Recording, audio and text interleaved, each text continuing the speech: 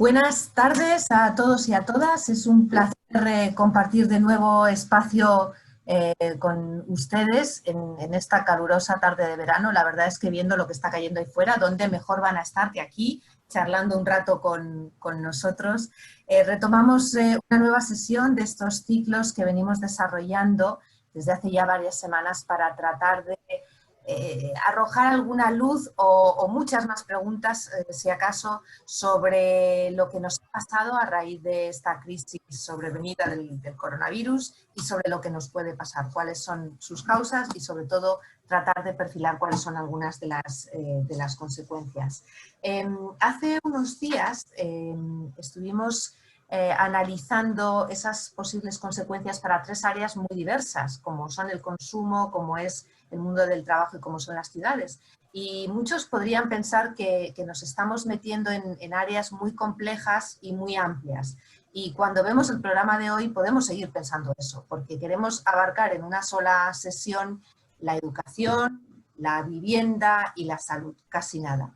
Pero, como dice siempre José Manuel Morán, el vicepresidente del capítulo español, aquí no se acaban los temas. Nuestra intención no es acabar los temas, sino empezar a sembrar algunas dudas. Y yo quería resaltar también que el hecho de abordar materias tan amplias y tan complejas tiene mucho que ver con la propia naturaleza del Club de Roma. Y es que nos gusta explorar la complejidad y nos gusta buscar las conexiones entre las disciplinas y entre las áreas, porque ese pensar, esa forma de pensar que el mundo se organiza en silos, en disciplinas completamente separadas, creo que ya quedó hace tiempo superado. Así que en aras de buscar los vínculos entre los diferentes territorios, en aras de tratar de abrir alguna luz sobre la complejidad, es por lo que hoy hemos convocado a tres personas que conocen tanto del mundo de la educación como Antonio Moreno, del mundo de la salud como María Saiz y del mundo de la vivienda como Julio Rodríguez. Quiero invitarles también a que, si les interesan todos estos temas y seguir explorando qué nos puede deparar el coronavirus, les invito a que también sigan el especial que venimos desde hace meses publicando en Esloval, en donde hacemos un poco ese mismo ejercicio, pero con otros formatos, no en una discusión en vivo, sino a través de artículos, a través de vídeos y a través de infografías. Y sin más, yo lo voy a dejar aquí, le voy a pasar la palabra a mi compañera Lourdes Romero, que va a moderar este debate. Lourdes, todo tuyo. Muchas gracias. Pues, hola Cristina, muchas gracias. Hola a todos y buenas tardes. Gracias por estar aquí. Es un placer estar con todos ustedes y sobre todo me gustaría agradecer la presencia de los tres ponentes, tres personas que, como ha dicho Cristina, conocen muy bien estas tres áreas que vamos a tratar de vislumbrar esta tarde. Vamos a tratar primero de contextualizar y establecer un poco ver un poco las necesidades que han ido surgiendo y que se han puesto sobre la mesa y luego vislumbrar un poco a futuro. Antes de comenzar, sí que me gustaría decir a todos los asistentes que primero vamos a hablar como unos 40-45 minutos, ellos vamos a ir lanzando preguntas y ellos van a ir respondiendo, intentando, pues eso, analizar estos temas. Y luego sí que vamos a dar paso a las preguntas. Les pediría que por favor todas las preguntas las hicieran abajo donde pone preguntas y respuestas y yo iré recogiendo todas esas preguntas y las lanzaré al final. Intentaré hacerlo sintetizándolo por temas. Sin más, paso a la palabra. Ya me gustaría, como he comentado, me gustaría empezar por las necesidades. ¿Cuáles son las necesidades que se han puesto sobre la mesa con esta crisis sanitaria en los tres temas? Si os parece, podemos empezar con María, por el tema de sanidad, y ver un poco si nos puede tratar y nos puede arrojar luz sobre esas necesidades que se han puesto. Bueno, buenas tardes. Saludos a todos los oyentes y también los que nos visualizan. Agradecida al capítulo español del Club de Roma por esta oportunidad de mencionar algunas cosas que creo que interesa, aparte de tu pregunta, Lourdes. Fijaros que estamos utilizando una serie de palabras que tienen una gran historia. Solamente de una manera breve, luego entraré en la pregunta. Es que fijaros que estamos hablando de una palabra tan importante como epidemia. La palabra epidemia viene precisamente de nuestro gran maestro griego Hipócrates, que fue el maestro de la salud. Y epidemia, su traducción griega es visita, como el que viene de fuera, el visitante, y que se supone que está de paso.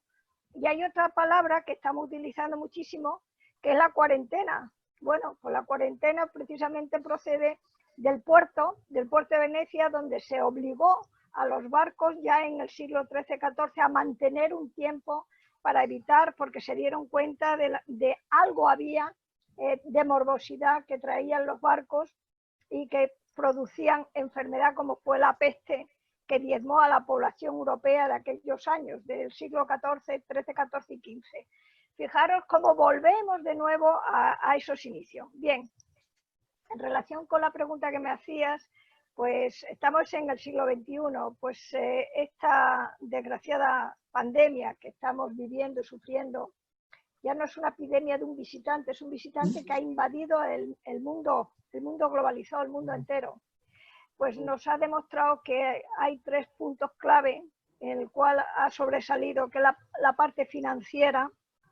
En la parte financiera, durante los últimos años de crisis, redujo muchísimo el contrato de personal, por tanto los recursos humanos se habían diezmado bastante. Y luego porque se había desarrollado excesivamente una política relacionada con la creación de hospitales. O sea, hemos tenido unas etapas muy centradas en el hospitalocentrismo.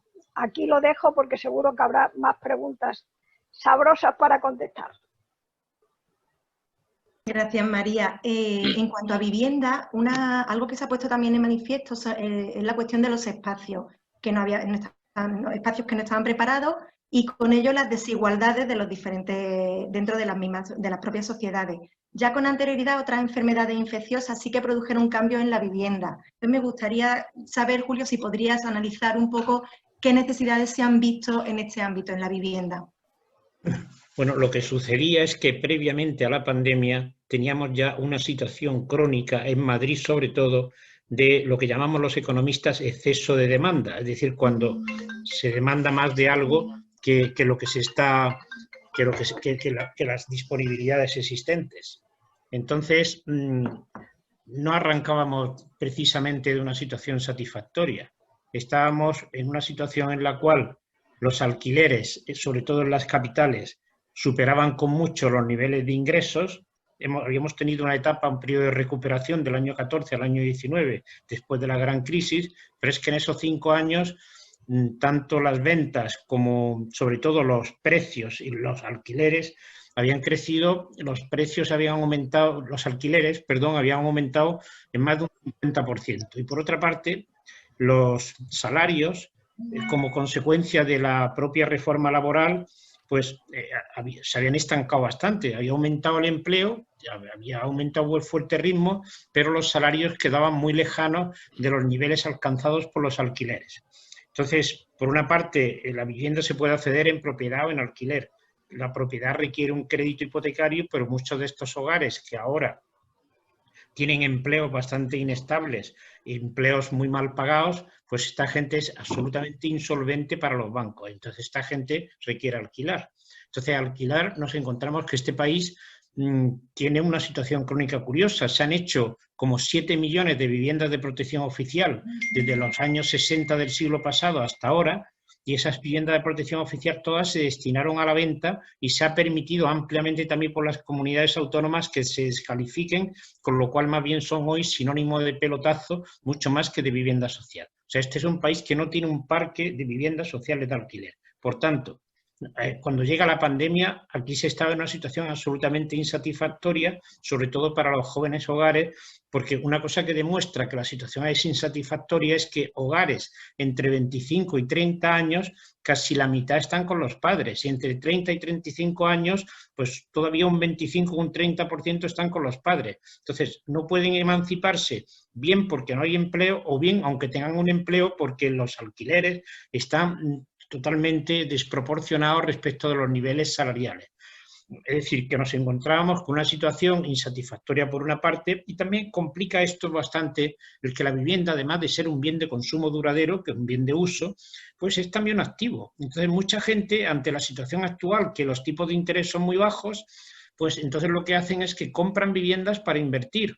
Entonces, estas viviendas para invertir, esto encarece los precios y hace que exista una demanda artificial. Han entrado también unos nuevos agentes que son los fondos de inversión, que han tomado cierta popularidad por esto de que Viviendas Públicas de Madrid, bien de la empresa municipal de vivienda, bien de la comunidad autónoma, hayan sido vendidas a estos fondos de inversión que rápidamente han puesto en la calle o han intentado poner en la calle a la gente que no podía pagar los alquileres de mercado, porque esas viviendas en principio estaba previsto que se pagara un alquiler barato, pero en cuanto los han comprado los fondos han puesto unos alquileres de mercado.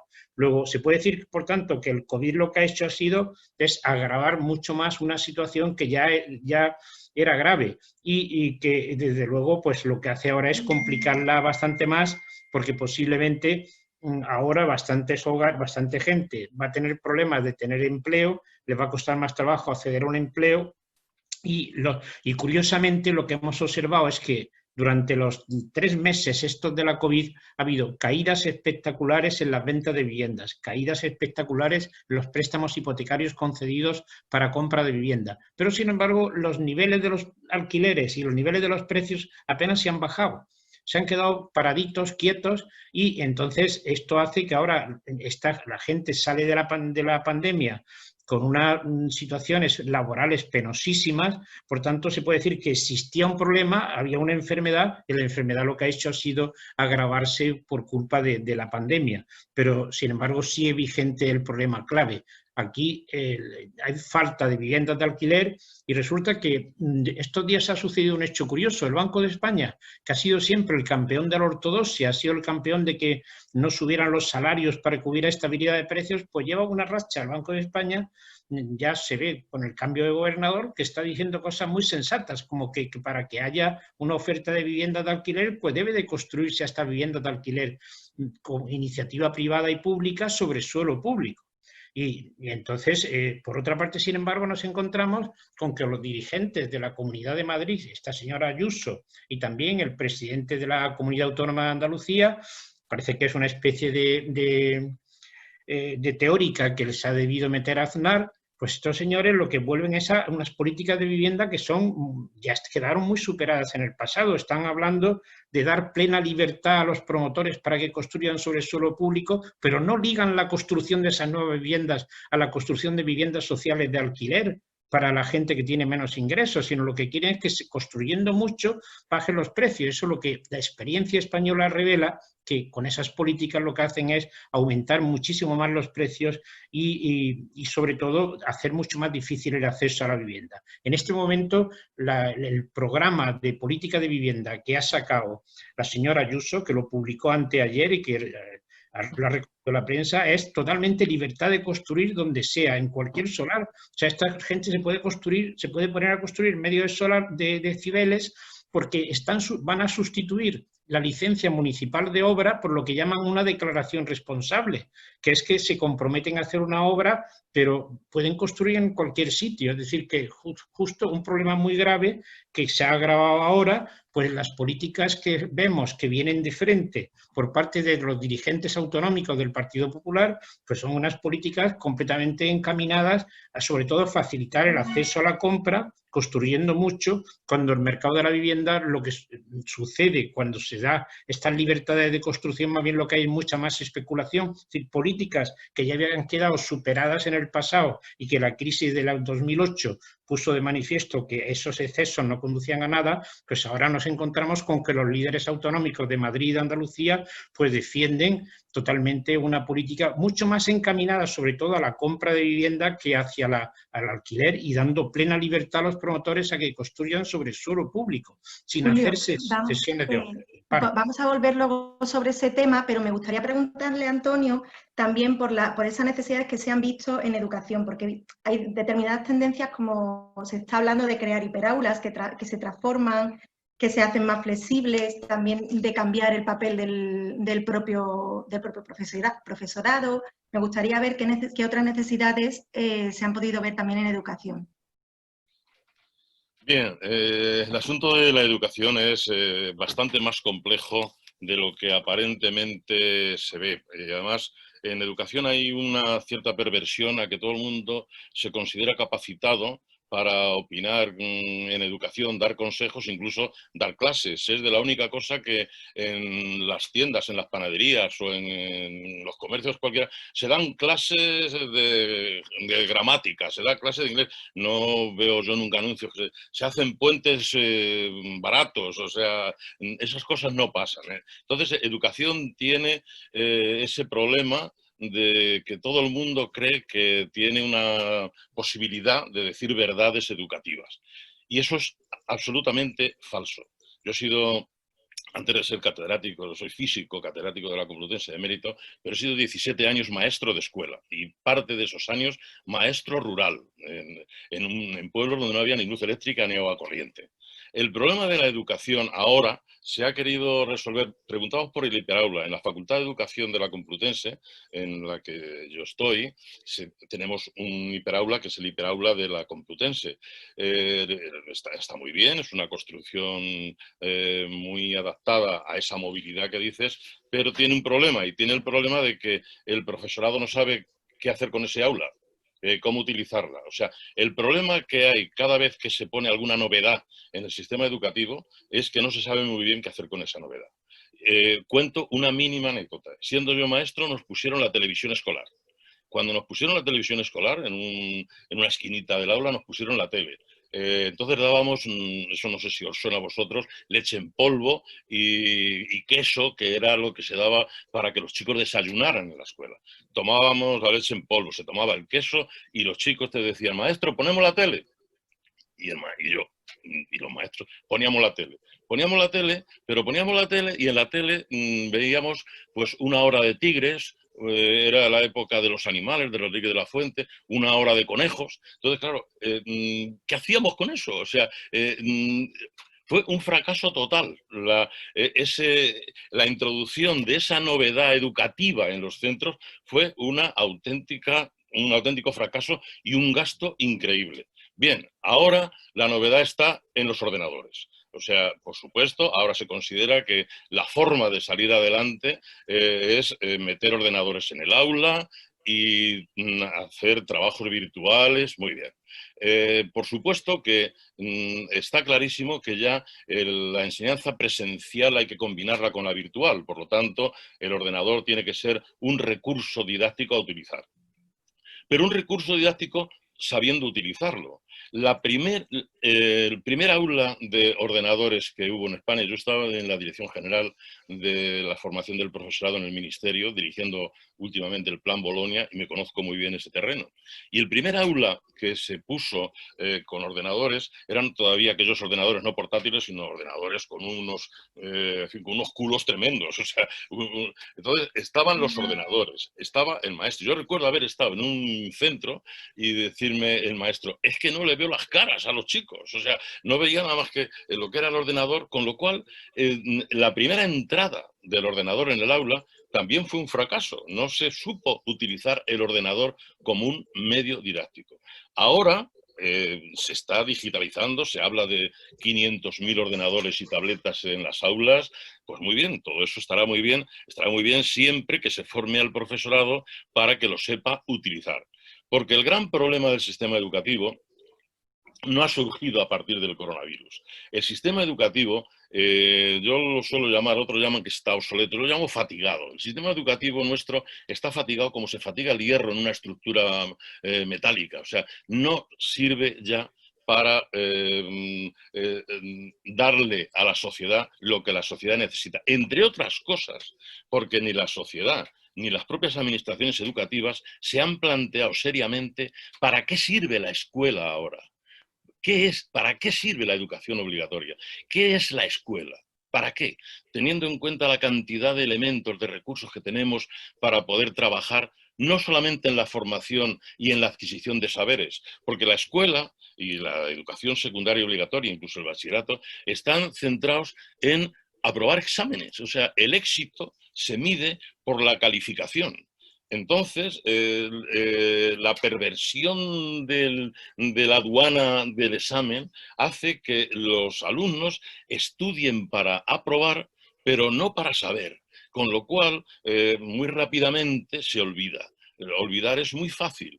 Por lo tanto, lo que hay que hacer es entrar en la definición de qué es la escuela, para qué sirve la escuela, qué ciudadano queremos en el siglo XXI y desde luego no será nunca una respuesta un ciudadano que sepa mucho, sino un ciudadano que sea útil en la sociedad para sí mismo y para los demás.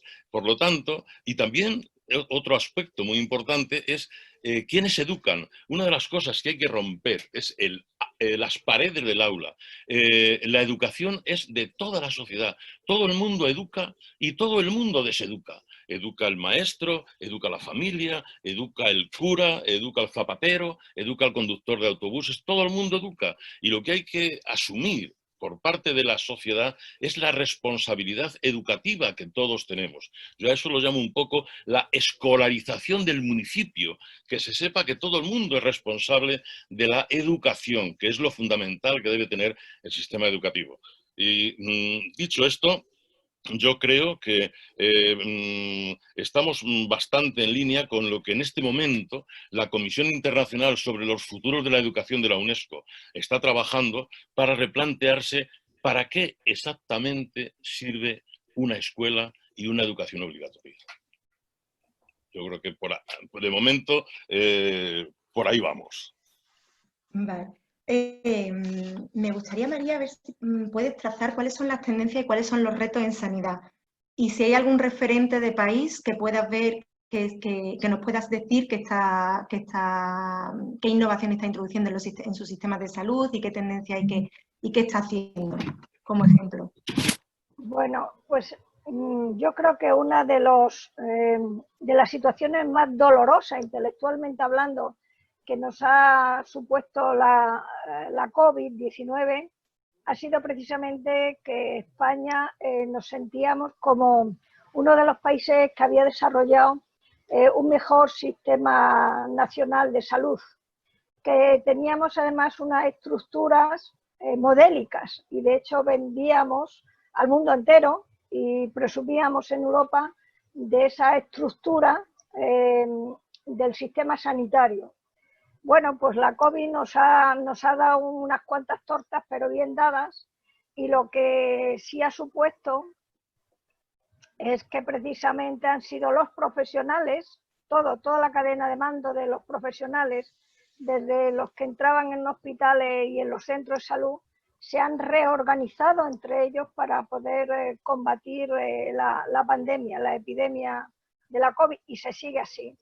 ¿Por qué? Porque lo que se ha demostrado en estos últimos años es que el modelo asistencial, que lo habíamos centrado en los hospitales, el hospitalocentrismo, ha sido perverso, porque fijaros lo que ha tenido que hacer el Estado, recluirnos a todos en casa para que no saltara, para que no nos encontráramos con probables fallecidos en las calles, como hemos desgraciadamente visto en otros países.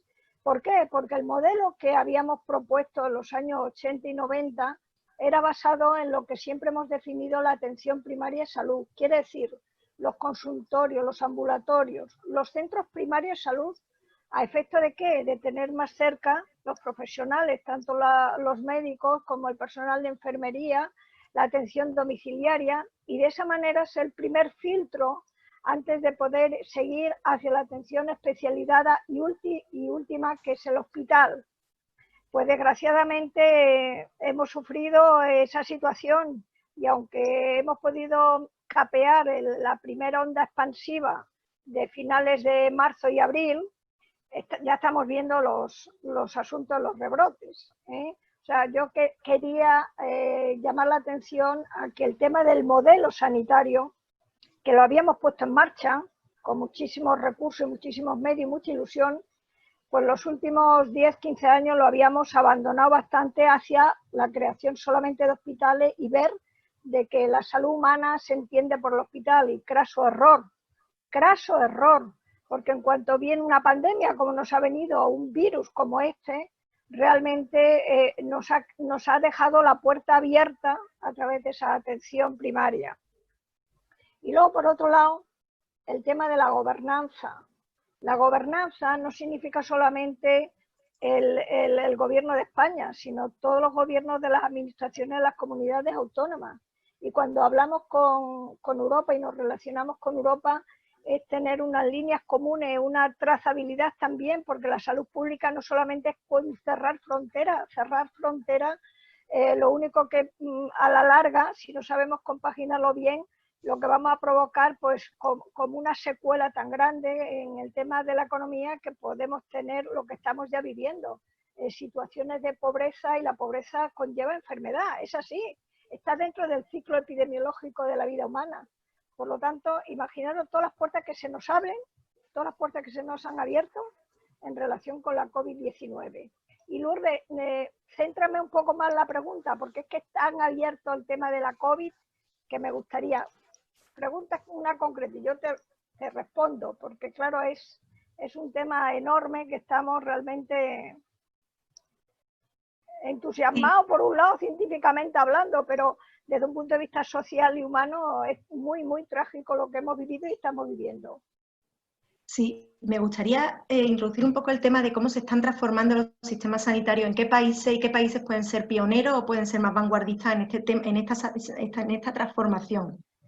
Pues mira, lo mismo que decía que en España, yo al principio cuando me preguntaban en los medios de comunicación, yo salía como una persona que he sido profesional 40 años de medicina preventiva en el Clínico San Carlos de Madrid y tutora, y viendo los distintos modelos, pues claro, los modelos de referencia, nosotros nos creíamos superiores a los italianos porque teníamos un sistema sanitario de salud más radial, de tal manera que cualquier orden que viniera desde la administración central llegara a la comunitaria y llegara a la local. Hemos visto que hay la gobernanza hasta ahora, después de pasar el pico de la pandemia, ahora que estamos en la nueva situación, sí parece que empezamos con la cogobernabilidad.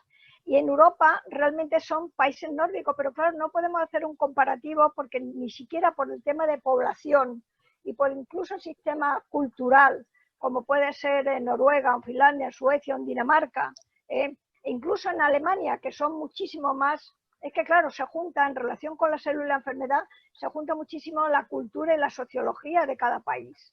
O sea, el orden y el mando, nosotros hemos pensado que nos creíamos casi alemanes cuando hemos estado recluidos, pero ahora en cuanto hemos empezado a tener puertas abiertas, Dios mío, lo que está pasando, vemos un cierto descontrol, o sea que todavía no hemos caído en la cuenta.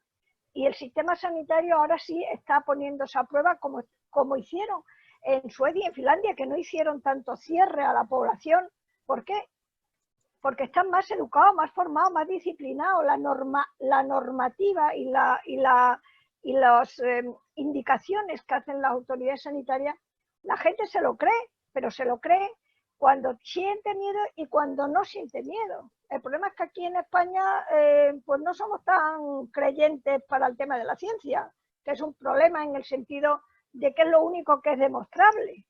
Lo demás, bueno, son hipótesis o son sugestiones, pero lo cierto y verdad es que no nos podemos comparar, aunque haya habido países nórdicos que hayan tenido unos mejores resultados o no tan necesarios de cerrar como hemos tenido que hacer nosotros con las fronteras.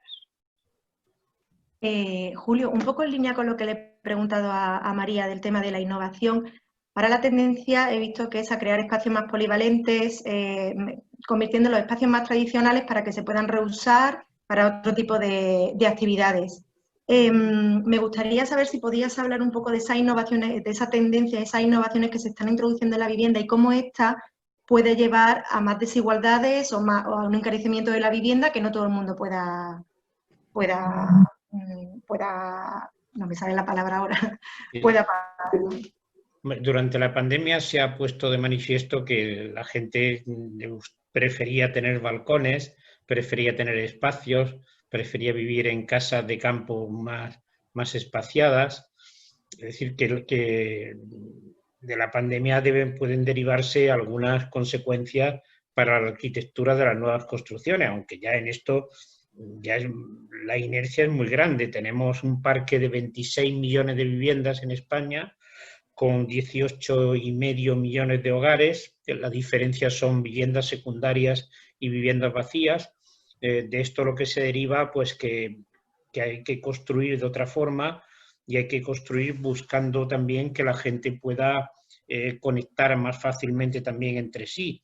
Es Es decir, que en este caso, si la medida principal que yo defiendo es la creación de parques públicos de vivienda de alquiler sobre suelos cedidos por los ayuntamientos, pues está claro que estas nuevas construcciones deben de alguna manera, reflejar algunos de los problemas que se han puesto de manifiesto con la pandemia, de que la gente no quede muy aislada, que la gente pueda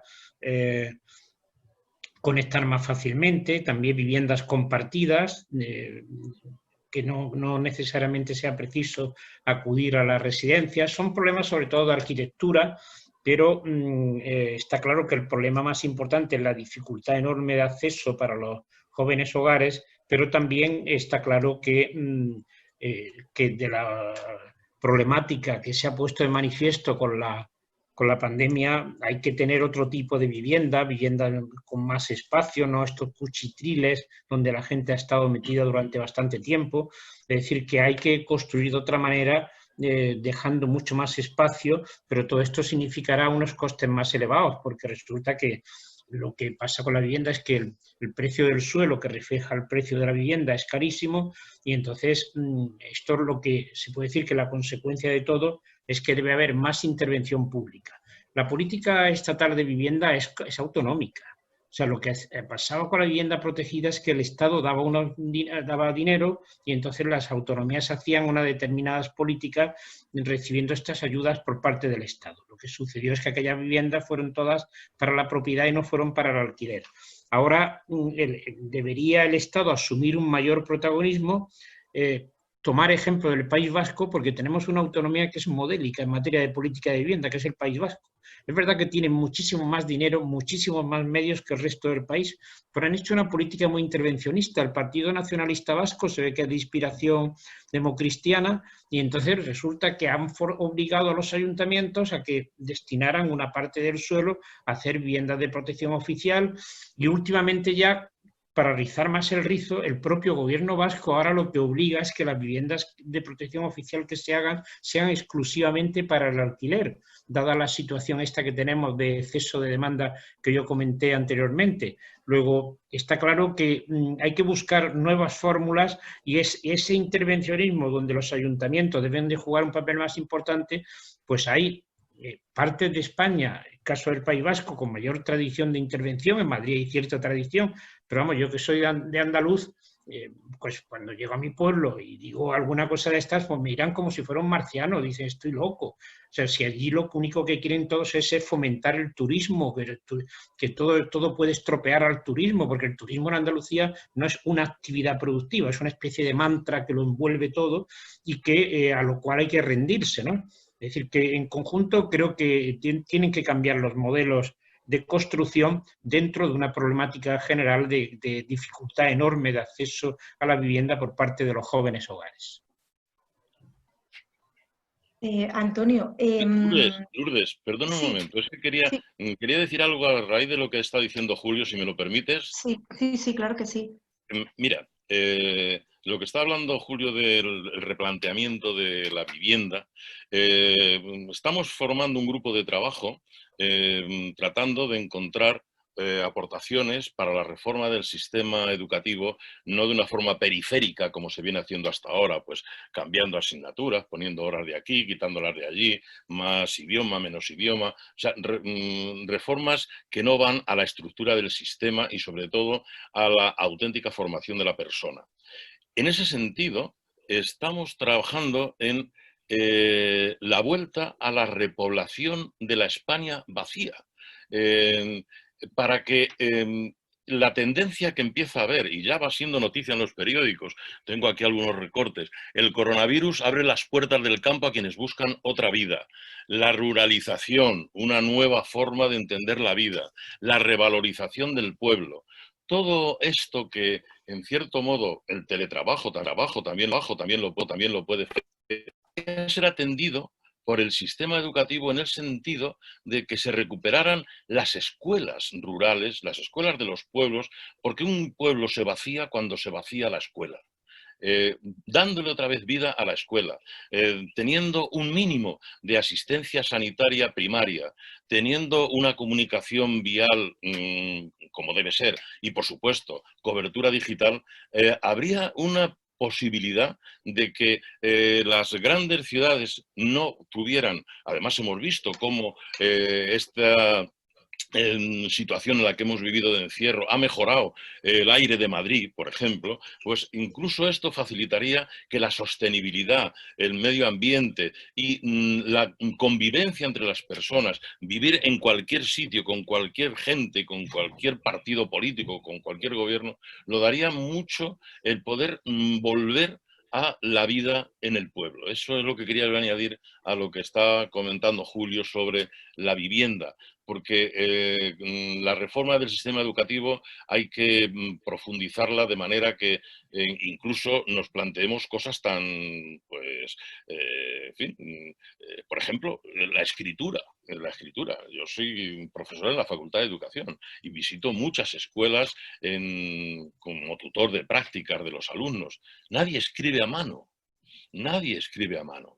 No se trata de eliminar la escritura, pero probablemente lo que hay que aprender es quizá dedicar menos tiempo a la escritura manual, que es una artesanía, y dedicar mucho más tiempo a la comprensión lectora, que es donde falla la mayoría de la gente. Algunos alumnos no resuelven un problema bien de física porque no lo entienden. Es decir, la comprensión lectora, la apetencia por entender lo que se dice, no es algo que se fomente cuando se precipita mucho la formación para examinarse, como decíamos antes. Por lo tanto, esa digamos, repoblación de la España vacía, creo que es algo que se podría tener en consideración a la hora de hablar no solamente del sistema educativo, sino también del sistema educativo como un elemento de reforma social. Gracias, Antonio. Sin duda es una cuestión muy interesante. Desde luego hay muchísima gente que ahora está precisamente mirando trasladarse de las ciudades a los pueblos. Sí que es una cuestión que está ahí sobre la mesa y la vivienda, educación y sanidad tiene mucho que ver en todo esto. A mí me gustaría también saber si ahora podría existir en temas de educación, por supuesto en los otros dos también, pero también en temas de educación una relación más estrecha entre lo público y privado. ¿Qué podría suponer el papel? ¿Qué consecuencias podría tener el papel de la más estrecho o más vinculado a la educación de la empresa privada? Pues mira, aprovecho también para decir, y sobre todo para quienes estén siguiéndonos, si no han ido todavía, a ver una exposición que hay en la calle General Martínez Campos, en la Institución Libre de Enseñanza, sobre laboratorios de la nueva educación, que es cómo se entendió la educación en un momento, que era principios del siglo XX, en el que el sistema educativo era simplemente enseñar a leer, escribir y hacer cuentas, que era salir de la España rural a la España un poco más urbana, y cómo esa gente se planteó soluciones para hacer un nuevo sistema educativo. Pues bien, en ese proceso, una de las cosas que procuraron todas aquellas gentes que procedían del liberalismo y el libre pensamiento era coordinar la enseñanza pública con la enseñanza privada. Eran tan fomentadores, incluso la propia creación de la Institución Libre de Enseñanza era privada. La corresponsabilidad entre lo privado y lo público en educación, si se hace no tratándose de agredir los unos a los otros, sino de cooperar, sería, desde mi punto de vista, muy beneficioso. Hay que tener en cuenta que la escuela concertada empieza en la época del gobierno de Felipe González, cuando era mucho más difícil hacer escuelas que concertar escuelas pagándole el sueldo a los maestros de las escuelas concertadas, pero ya estaban hechas y ahí se podían meter bastantes más alumnos porque no se podían hacer edificios de una manera rápida como era necesidad para atender a uno de los principios que tenía el gobierno socialista, que era la máxima escolarización posible, pero echaron mano de la concertación. María, me gustaría ahondar en una cuestión que creo que es bastante interesante, y es si el COVID podría haber acelerado un nuevo modelo de gestión y de organización de sistemas de sanidad a nivel global. Si se podría crear un sistema de aprendizaje para identificar determinados modelos, para identificar innovaciones y así de esta manera combatir al virus de una manera más global y más organizada. Sí, yo creo que el virus del SARS-CoV-2 nos ha traído así como de pleno un montón de aprendizajes y entre ellos, como estamos viviendo en un mundo globalizado, por ejemplo, la primera etapa, y digo la primera etapa en enero, febrero, que solamente a niveles científicos ya se estaba hablando desde el momento en que China, el 30 de diciembre, comentó los 29 casos que tenía, pues claro, veíamos a través de la televisión cómo los países asiáticos rápidamente respondían con unas normativas y además que la gente lo hacía, no solamente el tema de la higiene de manos y el distanciamiento a pesar de la aglomeración del público, sino también el tema de las mascarillas, por ejemplo.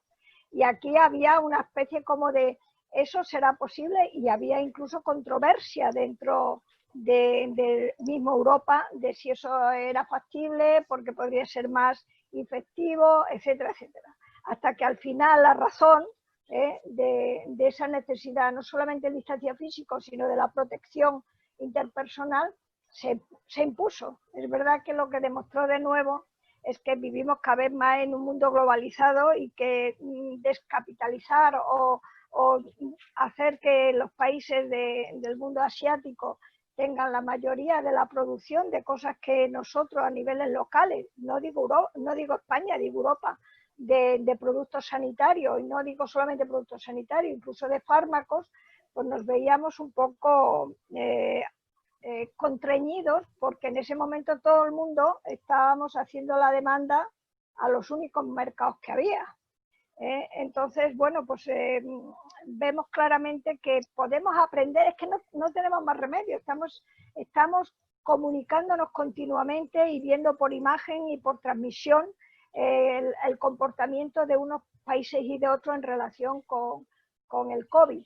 La COVID, esta enfermedad, nos va a hacer cambiar muchísimas acciones y comportamientos, y sobre todo los países del sur, por las costumbres, por la cultura, por la sociabilidad que tenemos, pues somos personas muy cercanas, muy del tú a tú, muy del abrazo, muy de cosas que o aprendemos del mundo asiático, de la reverencia, de la mirada y un poco de cierto sosiego a la hora de expresar nuestros sentimientos, o la verdad es que no hemos aprendido nada porque estamos continuamente transmitiendo mensajes de hacer la distancia física, el tema de la higiene de manos y el tema de las mascarillas, y vemos lo que cuesta. O sea, que aprender en los momentos duros todos nos hemos puesto de acuerdo, pero ahora estamos ya en una fase en donde cada uno de nosotros, cada ciudadano y ciudadana tiene que poner su granito de arena, porque ya ahora empezamos a abrir las puertas,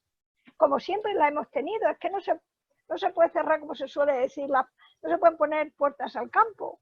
Bueno, pues tendremos que aprender y aprender de las costumbres que unos países nos enseñan a otros para poder controlar esta epidemia, porque es que además muchas veces, tirando de la literatura científica, pues hemos visto cómo en la pandemia de la gripe del 18, pues casi estamos lanzando los mismos mensajes que estamos haciendo ahora, siglo XXI y en el 2020.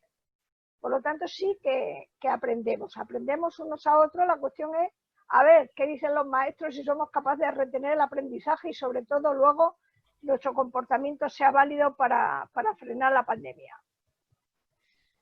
Un poco en línea precisamente con lo que decía María, me gustaría si pudiéramos trazar qué oportunidades se han presentado con el COVID, con el COVID gracias al COVID, digamos, en las tres materias. Cómo transformar los sistemas de salud, cómo transformar la educación con la digitalización de colegios, viviendas más sostenibles, más multifuncionales. ¿Cuáles podrían ser esas oportunidades? Hace no mucho, Josep Borrell justo decía que después de la crisis que el mundo que emerja después de la crisis será muy diferente al que conocíamos y dependerá de las decisiones que tomemos ahora cómo será ese mundo. Entonces me gustaría ver esas oportunidades que se han presentado, de qué manera se han presentado y cómo se pueden aprovechar. Sí, Perdón, sí, que podemos empezar si queréis con Julio. Vamos, más que oportunidades, se puede decir que en materia de vivienda es insatisfactorio lo que ha pasado, porque ayer el Gobierno sacó una estadística de precios del suelo, de alquileres en toda España, y resultaba que esa estadística estaba preparada para establecer un sistema de controles, de manera que a partir de los precios que hubiera en cada ciudad, poner un tope a las subidas de precios. Sin embargo, el Gobierno ayer ya dijo que no, que solamente dan la estadística y eso de los controles queda para después. Por otro lado. Por otra parte, nos hemos encontrado con que como hace falta vivienda de alquiler, pues resulta que esta gente que han cogido estas políticas ultraliberales, lo que han empezado a decir es que se construya de cualquier forma y de cualquier modo. Por ejemplo, un caso, la Asamblea de Madrid se hizo sobre un suelo que se cedió al Ayuntamiento de Madrid como consecuencia de una construcción que se hizo en Vallecas por aquella zona. Hoy no se podría hacer la Asamblea de Madrid porque hoy la ley del suelo ha cambiado tanto que ahora ya los promotores no están ni siquiera obligados a hacer cesiones. Es decir, que prácticamente con el COVID-19 lo único que han salido en materia de vivienda son ejemplos mucho más negativos. Incluso en el Reino Unido el líder conservador dice Bill, hay que construir. Y está claro que esto de materia de vivienda no es construir per se. La cuestión es construir viviendas que estén, sobre todo, un parque social de alquiler donde la gente pueda durante un tiempo vivir y luego, si acaso, compre una vivienda. Es decir, que, y sobre todo me llama la atención lo que ha dicho Antonio Moreno sobre los antiguos pueblos. En aquel momento era modélico lo que se hizo en la posguerra, aquellos pueblos de colonización que se hicieron, donde se hacían con su plaza, pero eran viviendas sobre todo para agricultores, porque entonces la actividad productiva dominante era la agricultura. Entonces casi toda la gente que iba a ocupar aquellas viviendas eran agricultores y en algunos sitios han continuado ocupados porque la agricultura que hay ahí al lado es rentable, pero la mayor parte de los pueblos de España la agricultura ya no es rentable y esos pueblos se han ido abandonando. Es evidente que esa descentralización requeriría que algunas actividades productivas salieran de las ciudades y no que hemos perdido industria, nos hemos desindustrializado. En Madrid solamente tiene menos industria que Madrid en los archipiélagos de Canarias y de Baleares. Madrid prácticamente lo que se ha cogido es el modelo Pozuelo, ciudad donde vivo, donde se construye hasta en las macetas, porque como tiene fama de que es caro y tiene buena fama, que en Pozuelo no se produce nada. Aquí simplemente lo que hay son viviendas muy caras. No es un sitio que renta per cápita porque aquí no se produce nada. Prácticamente son solamente viviendas muy caras. Entonces lo que han hecho es echar la industria toda a los pueblos a la periferia de Madrid. Y luego de Madrid lo están echando al alrededor. Es decir, que en este momento se puede decir que las políticas son las experiencias son muy negativas. Y yo creo que habría que sobre todo procurar que la acción pública estatal no la dejara solo en manos de las comunidades autónomas. Es que yo tengo la impresión estos días de que esto de la vivienda, pues dice, bueno, yo he dado una estadística de precios, decían ayer, y entonces que cada pueblo con estos precios vean lo que es normal, lo que no es normal. No, pero esa estadística de precios se hizo para establecer sistemas de controles de precios en Europa Occidental, en Francia, en Alemania, y en Suecia existen sistemas de controles de precios para impedir que no se disparen los precios. Esa estadística se hizo con la finalidad de que pudieran controlarse los precios. Y sin embargo, el COVID-19 lo que ha valido es para decir, ahora no es momento, ahora tenemos otros problemas, quédese ahí la estadística de precios y qué bueno que el ayuntamiento ahora sabrá mejor cuál es su mapa, pero no sirve para nada. Es decir, que yo creo que en este caso, en materia de vivienda, lo que estamos viendo estos días es bastante negativo y bastante insatisfactorio. Un gobierno que desde el Estado no quiere en absoluto imprimir mucho fuerza a que hagan algo las autonomías, y unas autonomías en las cuales pues es este mensaje de que a construir y a especular, que es lo que va a derivarse de todo esto. Siento no ser optimista, pero de verdad es que en materia de vivienda todo lo único que está viendo estos días uno es que las cosas se están poniendo peor en materia de no hacer políticas sociales. ¿Y qué es hacer políticas sociales? Hacer un parque público de viviendas sociales de alquiler. para que la gente pueda pagar un alquiler que esté en línea con sus ingresos. ¿Qué es lo que está en línea con sus ingresos? Que no destinen más de la tercera parte de sus ingresos a pagar la vivienda. Y entonces, en este momento, lo que vemos es que hay como un Estado que no interviene mucho, y sí, ahí está el País Vasco, que es modélico absolutamente en ese sentido, tiene mucho dinero, pero también podía haber utilizado el dinero de otra manera. Es decir, que yo creo que en materia de vivienda queda mucho por luchar en este terreno, porque lo que está viniendo inicialmente no es positivo. Antonio, ¿qué oportunidades podrían producirse en materia de educación? Pues, bueno, Julio, yo fui maestro en un pueblo de colonización en 5 casas, que tenía esa estructura de la que tú comentabas. Una de las cosas que yo creo que ha sido muy beneficioso desde el punto de vista de lo que se puede llamar beneficios de la COVID es que se ha llegado a la conclusión de que efectivamente hay que reformar el sistema educativo. La última ley que se está tramitando, bueno, ya es un intento de ir limitando, por ejemplo, la titulación. Ya no se sabe muy bien si la ESO es necesaria o no es necesaria, o sea, ya se empieza a pensar en eso. Se empieza también a darle menos importancia a la calificación. Hay más sentido de una calificación más cualitativa. Todavía es muy primario lo que se está haciendo, pero lo que sí está claro es que ya hay una conciencia de que el sistema educativo cuantificable, como es el que estamos viviendo y padeciendo, ese va a desaparecer. Eso por una parte. Incluso hasta las propias disciplinas. Se tiende más a una enseñanza más interdisciplinar que con esa parcelación de disciplinas tan separadas las unas de las otras. Por ejemplo, la física, la química, la biología, la geología, forma parte de la ciencia. No son tan separadas. Se separaron por una cuestión, digamos, más bien pedagógica. Eso por una parte. Y por otra parte, lo que sí está clarísimo es que, en primer lugar, la educación es fundamental para una reforma de la sociedad y la formación del profesorado es esencial. No se puede hacer una reforma educativa basándose en leyes y que luego, bueno, cada cual que las aplique como buenamente pueda.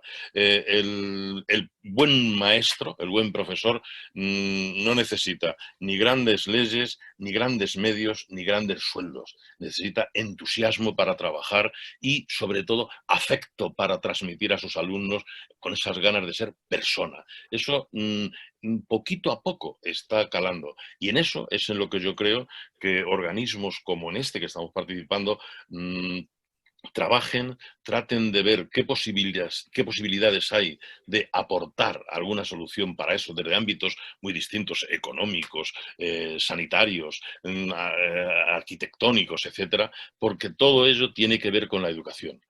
Por lo tanto, la COVID respecto al sistema educativo tiene algo de llamada de atención, para bien.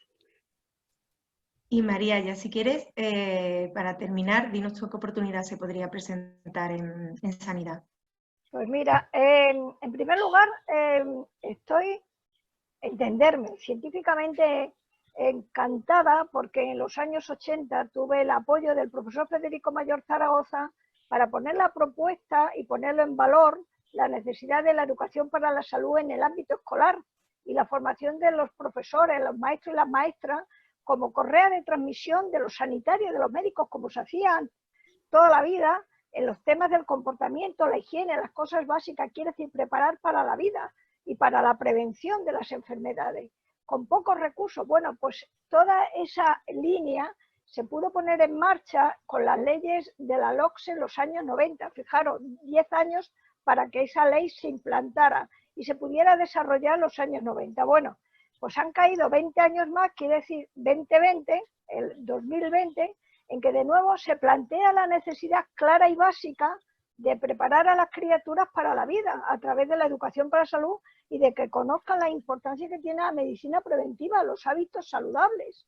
¿Qué posibilidades nos ha dado la COVID? Pues es que nos ha revolcado a la sociedad, a todos los intelectuales, a los economistas, a los físicos, a todos. porque realmente un microorganismo ha sido capaz de poner en primera línea todas las necesidades reales, como pueden ser que en las casas haya balcones, que haya patios, que haya zonas donde la gente pueda disfrutar y compartir, que se puedan ventilar las casas.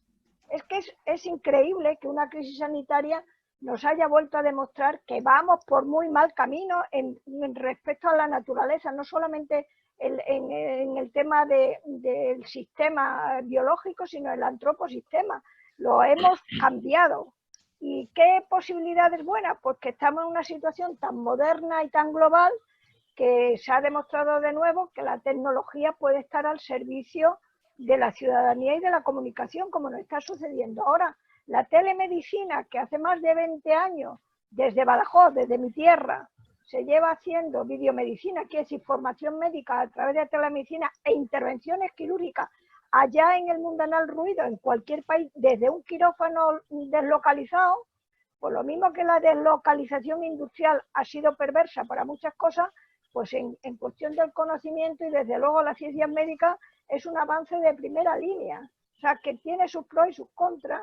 Tenemos que volver a la base, educar a nuestras criaturas para que sepan cómo tienen que actuar y prevenir enfermedades y promocionar su propia salud. Y por otro lado, desde un punto de vista de los profesionales de salud, se nos ha abierto un campo nuevo, que ya viene de muy antiguo, pero con grandes posibilidades y que nos puede ayudar.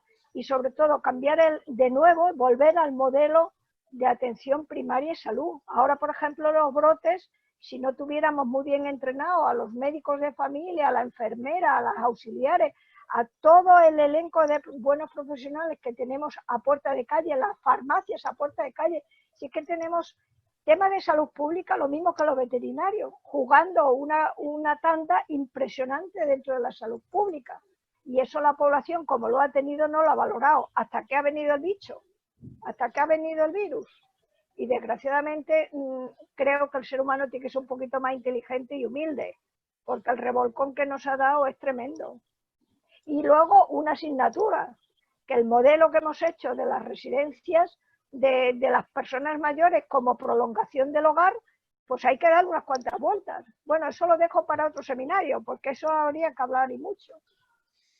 Sí, yo quería decir algo, que añadir algo, que durante el COVID-19 sí ha habido algunas actuaciones del gobierno en materia de política de vivienda que eran provisionales, no eran definitivas, pero que han estado en sí mismo bien. Es suspender los desahucios durante un periodo de tiempo, mientras duraba el estado de alarma, me parece que un poquito más, y luego también pedir que los bancos no ejecutaran las hipotecas, porque muchos de los personas que están pagando un crédito hipotecario no podían hacer frente al pago. Y entonces, dar estas oportunidades a que tanto los compradores de vivienda que no pueden hacer frente al pago de la hipoteca, como los arrendatarios que no pueden hacer frente al arrendamiento, se les han dado unas ocasiones, bien vía crédito avalado por el ICO, bien vía negociación, es decir, que esas actuaciones han estado bien para evitar dramas durante el periodo del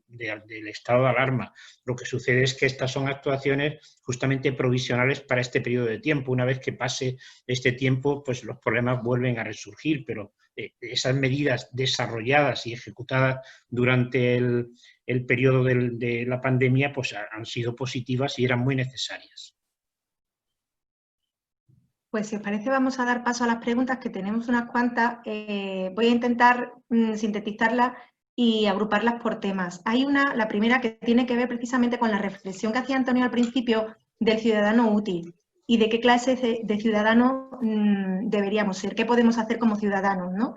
Y la engancho con otra que habla precisamente de la pedagogía y de cómo educar a las personas y a los ciudadanos para que acataran las normas, que fue un problema al inicio de la pandemia. Y entonces esta pregunta va dirigida sobre todo para ti, Antonio, pero si alguno pero si María o Julio queréis aportar algo, adelante.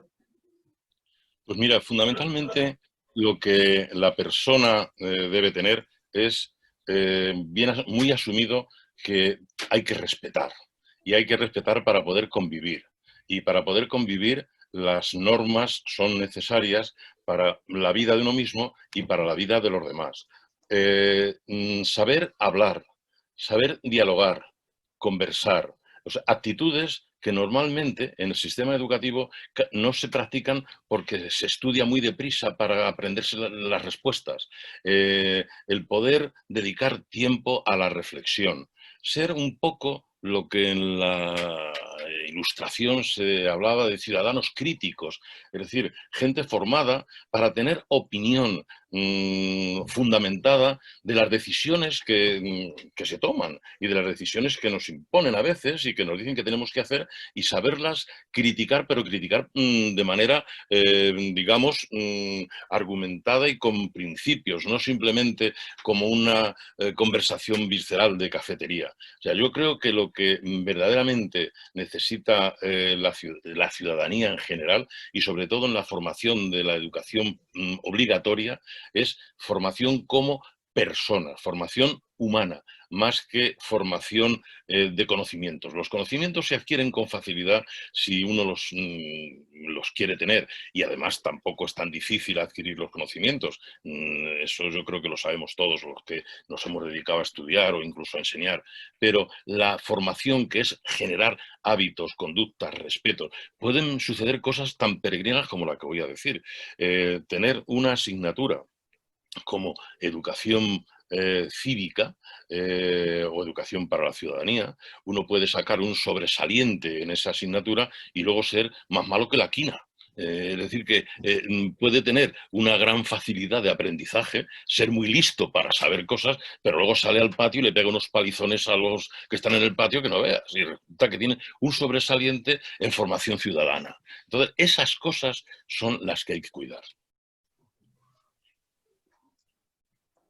Yo estoy totalmente de acuerdo contigo, Antonio. O sea, la ciudadanía que tenga un conocimiento y un comportamiento crítico está muchísimo más defendida. De hecho, por ejemplo, la cantidad de bulos que corren, que lo único que provocan es miedo y pánico e incluso riesgo para su propia salud, precisamente por no tener una capacidad crítica incluso de juzgar una posible noticia, y más en la época que nos ha tocado vivir. Por lo tanto, yo sí creo que hay que empezar a educar a la ciudadanía con una mayor capacidad crítica y de un pensamiento más lógico que pueda prevenirle el pánico y que no sea tan crédulo ante cualquier barrabasada científica que corren como la pólvora ya por los medios de comunicación. A mí se me ocurre en materia de solidaridad en relativo a vivienda, es sobre todo que los mismos ayuntamientos no vean solo la construcción de viviendas como una fuente de ingresos. A un ayuntamiento le gusta muchísimo que se construyan viviendas porque la tasa de licencia de obras y el IBI que viene después, que es como le llamaban en Granada, un sueldo fijo, el IBI, pues eso está muy bien, pero sin embargo hay que pedirle a los ayuntamientos que se preocupen por los jóvenes. Entonces, preocuparse por los jóvenes es preocuparse desde dos puntos de vista. El punto de vista del empleo y desde el punto de vista de la vivienda. Desde el punto de vista del empleo. Vamos, yo en el pueblo donde vivo, aquí hablar en Pozuelo de Alarcón, de hacer un polígono industrial para que se instalen empresas, es que vamos, te matan. Pero es que me voy a mi pueblo de origen, Motril, en la provincia de Granada, y dice uno que se hagan viviendas de protección oficial, dicen que ese suelo está para el turismo. Es decir, esto es una cuestión insolidaria con los jóvenes. Primero, insolidaria en el sentido que no facilitan que se creen actividades productivas alternativas. Hay un puerto inmenso y al lado del puerto hay un polígono y nada, nadie se preocupa de que en ese polígono se instalen empresas. Lo único que están esperando es que llegue alguien y pegue un pelotazo inmobiliario. O sea, lo que no puede es en España continuar practicándose un desarrollo, como se llama, absolutamente reducido, no global, que no afecta a todos, sino favoreciendo a unas personas y esto, en este aspecto creo que los ayuntamientos y las autonomías pueden hacer bastante. Un ayuntamiento debe tener suelo, del suelo que se le ceden, una parte para hacer viviendas destinadas al alquiler y también debe procurar tener suelo para que se instalen actividades productivas y no que en este momento nadie quiere ver actividades productivas, lo único que vienen a ser ladrillo y cuanto más caro mejor. Es decir, que yo creo que en este momento los grandes paganos de la situación están siendo los jóvenes. O son los que están pagando sobre todo la falta de empleos y la falta de viviendas asequibles. Y yo creo que desde los municipios, desde los ayuntamientos se pueden hacer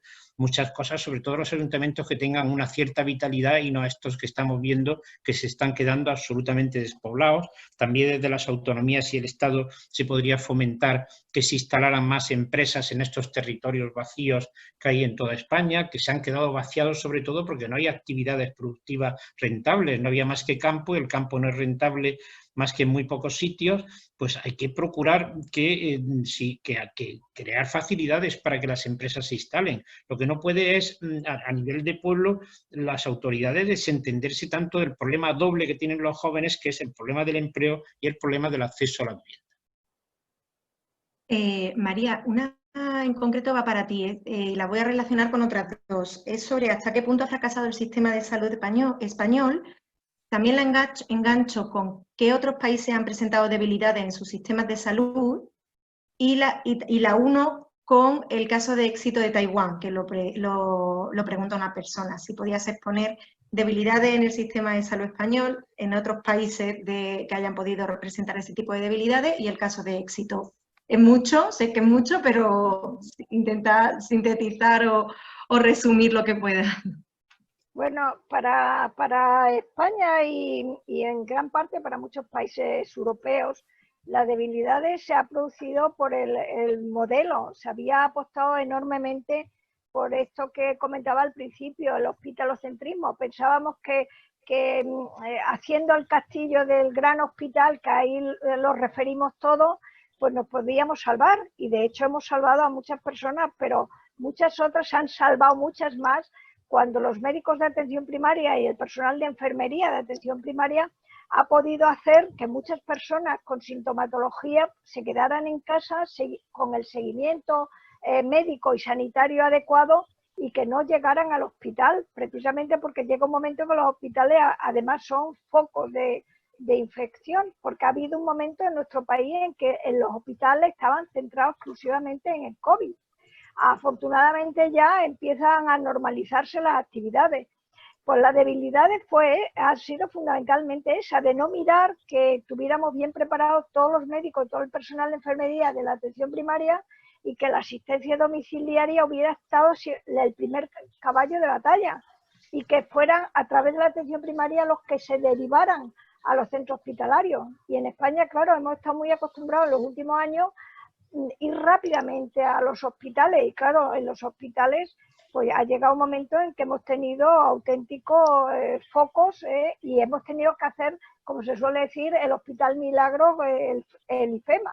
Y yo creo que eso en el fondo, aunque haya sido un éxito para salvar vidas y atender a pacientes, en el fondo también se puede mirar como un fracaso por no poder haber desarrollado y haber mantenido en estos últimos años descapitalización, porque la sanidad genera mucha riqueza, mucho trabajo para también la gente joven y es una parte productiva y de empleo muy importante en nuestro país. Entonces, esa ha sido una de las debilidades importantes. Y en relación, bueno, con otros países, pues lo han podido absorber en parte, en Asia sobre todo, porque han tenido unas experiencias muy duras con el SARS-1 y con el H1N1, o sea, con otras pandemias que los, entre comillas, han podido como anticiparse, o sea, cuando les ha llegado, rápidamente han actuado y nosotros parecía que no iba a llegar. Y eso, pues en el fondo, pues lógicamente nos ha cogido un poco más desprotegidos. Pero bueno, de todo se aprende. Sabemos que estamos en una pandemia y que lo que hay que sacar las ventajas más que las desventajas para seguir caminando. Hay una específica para Julio que es la respuesta en políticas públicas que deben apuntar los países de América Latina hacia ciudades inteligentes, espacios de desarrollo, en relación con los espacios de desarrollo del territorio. Si podrías apuntar algo ahí. Bueno, es que estos últimos años ha dejado de estar de moda esto de hablar de la ordenación del territorio. Yo recuerdo un político francés, Michel Rocard, decía que la planificación económica es la organización del porvenir en el tiempo, mientras que la ordenación del territorio es la organización del porvenir en el espacio. Es decir, que estas políticas han sido dejadas absolutamente de lado. Y entonces el gobierno del territorio sigue siendo ahora tan preciso como antes, y entonces hay que considerar que el suelo es un bien escaso, que el suelo no se puede derrochar, y entonces hacer el mejor aprovechamiento posible del suelo. Y entonces, pues, trazar un tipo de ciudades pues, que sean habitables. La socióloga esta, Saskia Sasten, ha dicho que el COVID-19 es la reacción de la naturaleza contra el género humano, porque ya no puede aprovecharse peor el espacio. Yo creo que el gobierno del territorio, la política territorial es muy necesaria. La señora presidenta de la Comunidad de Madrid todo eso lo ha llamado sesgos ideológicos, pues está claro que hay que volver a este modelo y hacer, sobre todo, diseñar un modelo de ciudad habitable y un modelo de ciudad inteligente, y sobre todo procurar que haya una interacción dentro de las ciudades entre actividades productivas, empresas, también del propio gobierno, hacer lo que se llama distritos innovadores, que existe en la ciudad de Barcelona, el que se llama el Distrito 22 @ ¿no? Es decir, que hay que diseñar la ciudad de forma que la ciudad, por una parte, pueda haber viviendas asequibles y también puedan desarrollarse actividades productivas, y además pueda haber una conexión. Las plazas españolas, que la plaza es una creación española, pues puedan hacerse unas ciudades en las cuales puedan establecerse servicios y dotarse de unos medios para que puedan incluso, pues, hasta crearse más empleos. El modelo de los distritos innovadores es un modelo muy interesante, que en España solamente, que se sepa, ha tenido implantación en Barcelona. Pues yo creo que lo tenemos que dejar aquí, que ya es la hora. Le voy a dar paso a José Manuel Morán para que él haga, que quería apuntar quería aportar unas últimas palabras. Solo agradeceros a los tres que hayáis participado y muchísimas gracias, y nos vemos en la siguiente. José Manuel, cuando quieras. Nada, muchas gracias, Lourdes. Muchas gracias a los ponentes, muchas gracias a las personas que habéis participado y que habéis hecho preguntas que evidentemente a mí me han servido para hacer más apuntes, para llevarlos a la próxima Junta Directiva del capítulo y para abrir nuevos ciclos. La verdad es que cuando María ha hecho referencia a la educación para la salud y a la iniciativa de Federico Mayor Zaragoza, yo he recordado en estos meses que hemos perdido a Ricardo Díaz Holleiner, que murió a primeros de abril. El otro día, revisando para la Junta Directiva de antes de ayer, que hemos hecho un pequeño homenaje a los miembros de la Junta a Ricardo, viendo sus semanas monográficas, pues resulta que es que algunos de estos temas Ricardo las había llevado. Se había hablado de educación para la salud, de educación para la convivencia, había ido cogiendo estas temáticas que ahora habéis vuelto a poner de moda. Nosotros queremos en el capítulo organizar una serie de ciclos, y habrá ciclos sobre ciudades, habrá ciclos sobre ordenación del territorio. En este caso, yo recuerdo que uno de los primeros contactos que tuve en el capítulo allá por los años 70, a finales de los 70, fue con un personaje que murió hace 2 años, Antonio Lamela, y que Antonio Lamela había creado una teoría del geoísmo que no solo se quedaba en hacer una ordenación territorial en un país, sino que quería implantar unos modelos de ordenación territorial a nivel planetario, e incluso hacer corredores, hacer una serie de temas sumamente interesantes. Son temas que nos involucran desde qué tipo de ciudadanos queremos tener, cómo podemos influir en la creación de esa conciencia crítica por parte de la ciudadanía, pero también qué modelos políticos vamos a tener y en qué mundo nos vamos a mover. Yo creo que en el otoño vamos a abrir una serie de ciclos y una serie de debates. Les invitamos a todos a que nos manden sugerencias. Estamos recibiendo en estos días, sorprendentemente, una serie de llamadas de otras organizaciones, y el capítulo está dispuesto a organizar ciclos con otras organizaciones que compartan con nosotros la preocupación por el desarrollo humano, la preocupación por cómo preservamos la naturaleza, pero también la preocupación por hablar claro y por decir la verdad, porque Aurelio Peccei insistía mucho en esto, y el decir la verdad supone que a lo mejor cuando estamos hablando de un mundo de energías renovables, tenemos que empezar a plantearnos cuánto nos cuesta mantener eso, y si estamos dispuestos a renunciar a niveles de calidad de vida que tenemos en países desarrollados y a vivir de una manera mucho más frugal, con una mayor austeridad y con una menor disponibilidad de recursos en manos de unos pocos, de los que estamos en ese mundo occidental, y sin embargo deberíamos estar comprometidos a cómo desarrollamos el planeta conjuntamente. Invitarles, darles las gracias, y yo creo que vamos a hacer todavía 2 sesiones, una con alumnos de la Facultad de Zaragoza, de los cursos de doctorado de la Facultad de Zaragoza, sobre un último informe que ha publicado el Club de Roma, que es el COMAN, que es una especie de reflexión que han hecho 1/3 de los miembros del Club de Roma Internacional, y que en la edición española algunos de los miembros del club hemos hecho una pequeña aportación para poner en contexto lo que son los informes al Club de Roma, que no son informes llenos de certezas, sino justamente llenos de preguntas, llenos de incertidumbres, llenos de disponibilidad a seguir explorando la complejidad de la que hablaba Cristina al principio. Y luego tenemos una sesión en Barcelona, a la cual les invitamos, y con eso cerraríamos ya este curso acelerado, porque hemos metido en mes y medio las actividades que otras veces hacíamos en 3 meses, y por eso les tenemos a todos ustedes un poco cansados. Muchísimas gracias, y muchísimas gracias a los ponentes. Muchas gracias.